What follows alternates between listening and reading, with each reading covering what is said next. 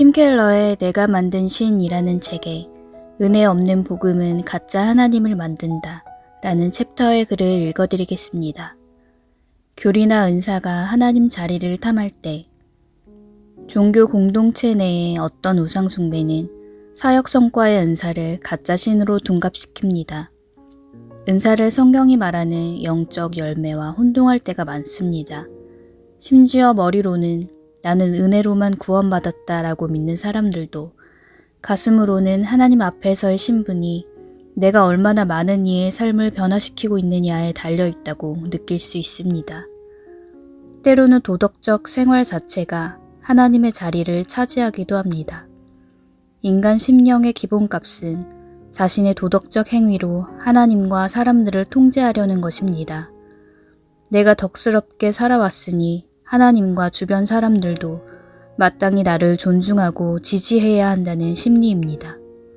입술로는 예수님의 모본과 감화를 말할지 몰라도 우리는 여전히 구원을 자신과 자신의 도덕적 노력에 의지하고 있습니다.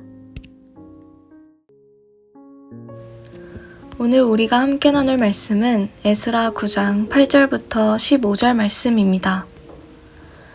이제 우리 하나님 여호와께서 우리에게 잠시 동안 은혜를 베푸사 얼마를 남겨두어 피하게 하신 우리를 그 거룩한 처소에 박힌 목과 같게 하시고 우리 하나님이 우리 눈을 밝히사 우리가 종노릇하는 중에서 조금 소생하게 하셨나이다. 우리가 비록 노예가 되었사오나 우리 하나님이 우리를 그 종살이하는 중에 버려두지 아니하시고 바사왕들 앞에서 우리가 불쌍히 여김을 입고 소생하여 우리 하나님의 성전을 세우게 하시며 그 무너진 것을 수리하게 하시며 유다와 예루살렘에서 우리에게 울타리를 주셨나이다. 우리 하나님이여 이렇게 하신 후에도 우리가 주의 계명을 저버렸사오니 이제 무슨 말씀을 하오리까? 전에 주께서 주의 종 선지자들에게 명령하여 이르시되 너희가 가서 얻으려 하는 땅은 더러운 땅이니 이는 이방 백성들이 더럽고 가증한 일을 행하여 이 끝에서 저 끝까지 그 더러움으로 채웠음이라. 그런즉 너희 여자들을 그들의 아들들에게 주지 말고 그들의 딸들을 너희 아들들을 위하여 데려오지 말며 그들을 위하여 평화와 행복을 영원히 구하지 말라. 그리하면 너희가 왕성하여 그 땅의 아름다운 것을 먹으며 그 땅을 자손에게 물려주어 영원한 유산으로 물려주게 되리라 하셨나이다. 우리의 악한 행실과 큰 죄로 말미암아 이 모든 일을 당하셨사오나 우리 하나님이 우리 죄악보다 형벌을 가볍게 하시고 이만큼 백성을 남겨주셨사오니 우리가 어찌 다시 주의 계명을 거역하고 이 가증한 백성들과 통혼하오리이까?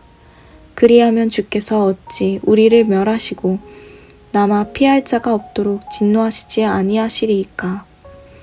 이스라엘의 하나님 여호와여, 주는 의로우시니 우리가 남아 피한 것이 오늘날과 같사옵거늘 도리어 주께 범죄하셨사오니 이로 말미암아 주 앞에 한 사람도 감히 서지 못하겠나이다 하니라.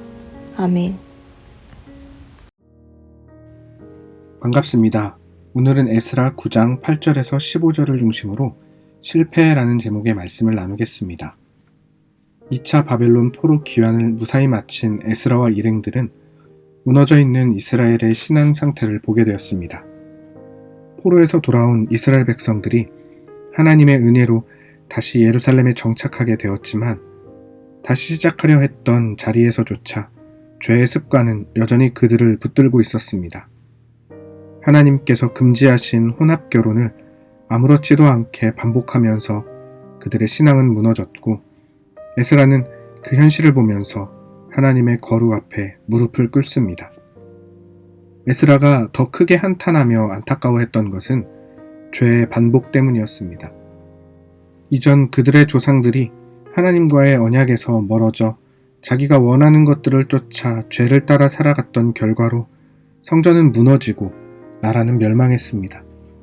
백성들은 대부분 포로로 끌려가 하나님을 알지 못하는 나라에서 그들의 생활 방식에 젖어 살아가게 되었고 결국 하나님을 섬기는 민족이라는 기억이 잊혀지듯 살아왔습니다. 에스라는 그 역사를 기억하고 있었기 때문에 다시 시작하려는 이스라엘이 과거의 모습을 반복하며 죄를 범하는 모습을 견딜 수 없었던 것입니다. 죄는 어떤 잘못된 행동이나 도덕적, 윤리적, 율법적 실수만을 말하는 것이 아닙니다. 죄의 본질을 이야기하는 것입니다. 잘못된 행실만 특정해서 죄라고 말한다면 죄를 짓고 안 짓고의 문제는 너무 간단해지고 바리새인들이 율법을 철저하게 지켰던 방법으로도 죄에서 멀어질 수 있다고 말할 수 있기 때문입니다. 하지만 이마저도 이런 행위적인 죄에서도 완전하게 자유로울 수 없는 것이 우리의 현실입니다. 죄를 단지 도덕적 실패나 행위 중심으로 이해한다면 성경의 모든 이해들이 어그러지게 됩니다. 성경은 죄에 대해 그렇게 말하지 않습니다. 죄는 어떤 행동으로 규정하는 간단한 문제가 아니라 하나님과의 관계적인 문제입니다. 하나님과의 끊긴 상태, 즉 하나님을 인정하지 않고 스스로의 중심에 나를 세우는 존재의 태도 모두가 죄입니다. 하나님과 우리의 관계에서 하나님을 배제하고 자기 눈에 보기 좋은 것을 선택하는 하나님 없음의 삶의 방식이 죄라는 것입니다. 이런 죄의 무서운 점은 죽어가는 것을 모른다는 것입니다. 어떤 행동의 잘못, 그런 문제라면 눈에 확연히 보여서 문제를 인식하고 수정하고자 하려는 마음이 생기기 쉬울 수 있지만 성경에서 말하는 본질적인 죄, 하나님 없음은 그것을 인식하지 못하고 죽어가는 것이기 때문입니다. 겉으로는 아무 문제가 없어 보이고 사회적으로도 문제가 되지 않는 선택이라고 해도 그 결정이나 행동 속에 하나님이 없다면 그것은 죽어가고 있는 상태가 됩니다. 이것은 지금 우리가 살아가는 세상만 둘러봐도 확연히 알 수 있습니다. 하나님 없이 살아도 아무런 문제 없어 보이고 전혀 어려움 없이 살아가고 있습니다. 오히려 더 편하고 자유롭게 살아가는 것처럼 보이기도 합니다.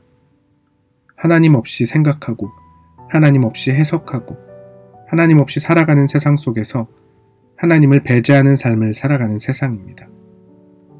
하지만 하나님 없이 살아도 아무 문제 없어 보이는 삶은 착각입니다. 하나님을 생각하지 않아도 하나님의 기준대로 판단하지 않아도 기도하지 않아도 세상이 돌아가는 것처럼 보이는 현실 속에서 우리는 더욱 하나님 없음에 익숙해지고 무뎌집니다. 죄의 눈이 가려져서 왕이신 하나님을 보지 못하게 되고 느끼지 못하게 되는 죄가 우리의 마음과 영혼을 마비시키는 방식입니다. 죄는 반드시 드러나는 형태로 작동하지 않습니다. 오히려 정상처럼 보이지만 하나님과 아무 상관없는 삶을 즐기고 자유롭다고 느끼게 합니다. 그것이 본질적인 죄입니다. 에스라는 하나님 앞에서 부끄러워 얼굴을 들 수 없다고 고백하며 기도를 시작합니다. 잘못했기 때문에 창피하다는 감정의 표현이 아닙니다. 에스라는 죄의 본질을 알고 있었고 이 죄가 얼마나 깊이 있으며 반복되는 역사 속에 어떻게 뿌리박혀 있는지를 알았기 때문에 하나님 앞에 엎드릴 수밖에 없었던 것입니다. 10절입니다. 우리 하나님이여 이렇게 하신 후에도 우리가 주의 계명을 저버렸사오니 이제 무슨 말씀을 하오리이까. 에스라는 지금 하나님께서 은혜를 베풀어 주셨음에도 하나님의 약속, 하나님의 관계를 저버렸습니다. 얼마나 우리가 소망 없는 자들입니까? 라고 기도하며 그들의 존재적인 연약함, 그들 스스로는 하나님께 나아갈 능력이 없다고 고백하고 있는 것입니다. 우리는 살아가면서 죄의 반복을 경험합니다. 하나님이 우리의 왕이시고 우리는 하나님의 다스림 안에서 진정한 삶을 살아갈 수 있다는 것을 알면서도 종종 하나님을 잊고 지낼 때가 있고 때로는 모른 척 넘어가려는 때도 있습니다. 알면서도 이렇다면 자세히 설명하지 않아도 죄가 얼마나 질기고 무서운지 알 수 있는 것입니다. 매번 하나님을 경험하면서도 틈만 보이면 내 자아가 스물스물 올라옵니다. 아주 작은 틈을 타고 스며듭니다. 하나님 없이도 내 힘으로 잘 살아지는 듯 생각하면서 하나님과의 관계가 조금씩 멀어집니다. 죄의 영향력은 그 즉시 드러나지 않기 때문에 물이 스며들듯이 젖어가는 것입니다. 그런 죄의 반복이 계속되면 우리는 점점 하나님에 대해 무뎌지게 되고 하나님 없이도 그냥 괜찮은 상태가 됩니다. 이게 죄의 침투이고 죄의 반복의 무서움입니다. 겉으로는 큰 문제처럼 보이지 않고 아무 증상이나 현상도 나타나지 않기 때문에 언제든지 죄를 끊을 수 있다고, 결단하면 이길 수 있다고 생각한다면 그것은 큰 착각입니다. 그 생각이 반복될수록 우리는 죄에 사로잡혀 돌이키기 힘든 상황까지 가게 될 수 있습니다. 때로는 알면서도 반복되는 죄의 문제 때문에 우리 안에 무력함이 드러나게 될 것입니다. 죄에 넘어지는 자신을 정죄하고 책망하고 무기력하게 끌려가게 될 수도 있다는 것입니다. 이런 죄의 반복에 대한 문제를 사도 바울도 고민하고 경계했습니다. 로마서 7장 22절에서 25절입니다. 내 속사람으로는 하나님의 법을 즐거워하되 내 지체 속에서 한 다른 법이 내 마음의 법과 싸워 내 지체 속에 있는 죄의 법으로 나를 사로잡는 것을 보는도다. 오호라, 나는 곤고한 사람이로다. 이 사망의 몸에서 누가 나를 건져내랴. 우리 주 예수 그리스도로 말미암아 하나님께 감사하리로다. 그런즉 내 자신이 마음으로는 하나님의 법을, 육신으로는 죄의 법을 섬기노라. 이런 죄의 반복은 우리의 현실입니다. 하나님을 믿는 자라고 해서 한 번에 해결되는 문제가 아니라는 것입니다. 죄의 문제 해결은 단번에 이루어지지 않습니다. 그것은 전생애에 걸친 점진적인 여정인 것입니다. 그것을 성경은 성화라고 말합니다. 성화의 과정 속에서 우리는 끊임없이 하나님의 은혜를 구할 수밖에 없습니다. 그런데 놀라운 사실은 무조건 악하고 나쁠 것만 같은 죄의 반복마저도 하나님께서는 그것을 사용하셔서 우리에게 은혜로 작용하게 하십니다. 죄의 반복은 우리가 연약하다는 사실을 알게 합니다. 하나님의 은혜 없이는 살아갈 수 없는 존재인 것을 더 깊이 깨닫게 합니다. 그래서 하나님은 절망 같은 죄를 통해서도 우리가 여전히 그 은혜 없이는 살 수 없는 자임을 증명하는 도구로 사용하십니다.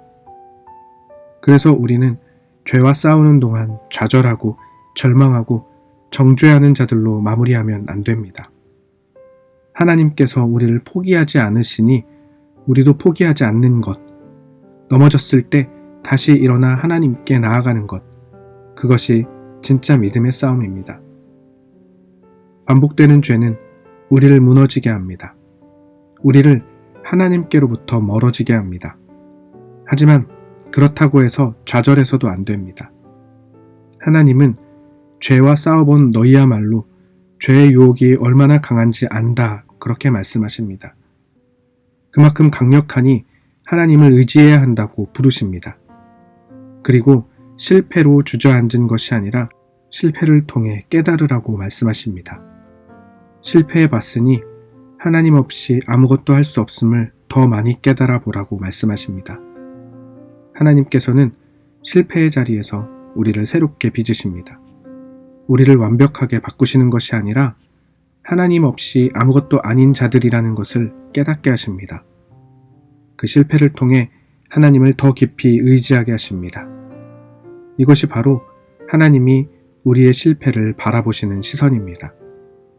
실패는 훈련의 자리이며 은혜의 자리입니다.